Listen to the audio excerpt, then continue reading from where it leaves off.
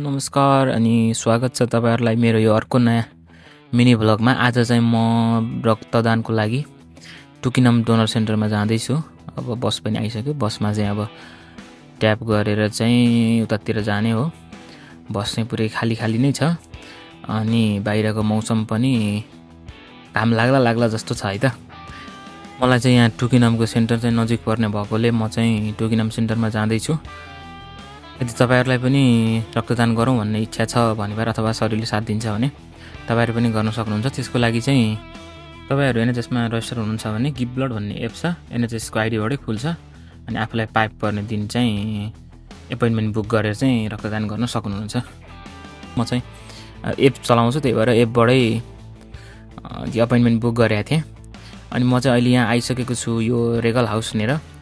Regal house अब यसको 8औं तल्लामा चाहिँ त्यो एनएचएसको चाहिँ डोनेसन सेन्टर छ। यहाँ गएर चाहिँ म रगत दिनेछु। तपाईहरु पनि यति नजिक हुनुहुन्छ भने यहाँ आएर दिन सक्नुहुनेछ। अनि अब मलाई चाहिँ पारी जानुपर्ने भयो। म यता बाटो वारी झरिसकेको थिएँ। अब चाहिँ पारी गएर चाहिँ म सिधै कोठाभित्र देखाउँछु है त। म चाहिँ यहाँ आएर वेटिङ एरियामा बसिरहेको छु। भित्रको माहौल चाहिँ यस्तो छ।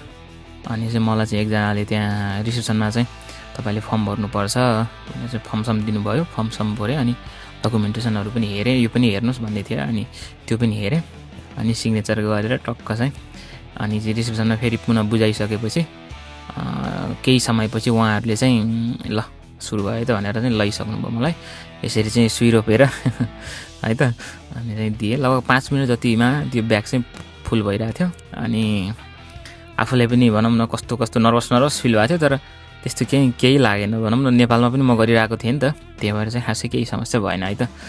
ब्लड दिइसकेपछि केही समय 10 मिनेट जति बसेँ अनि पानी खाएँ। जुसहरु पनि थियो, त्यो पनि खाएर चाहिँ फर्किन लागेको। म चाहिँ 8औं तल्लादेखि ग्राउन्डसम्म झरिसकेको छु। म यहाँबाट सिधै अब बस स्टपमा जाने छु। म बस स्टपबाट चाहिँ एकैछिन बस कुर्यो अनि म चाहिँ घरतिर फर्केँ। अहिलेको लागि भने छुट्यौं। यस्तै भिडियोहरुको लागि चाहिँ च्यानललाई लाइक, कमेन्ट, शेयर, सब्स्क्राइब गर्दै गर्नु होला। हस्त धन्यवाद। Bye bye.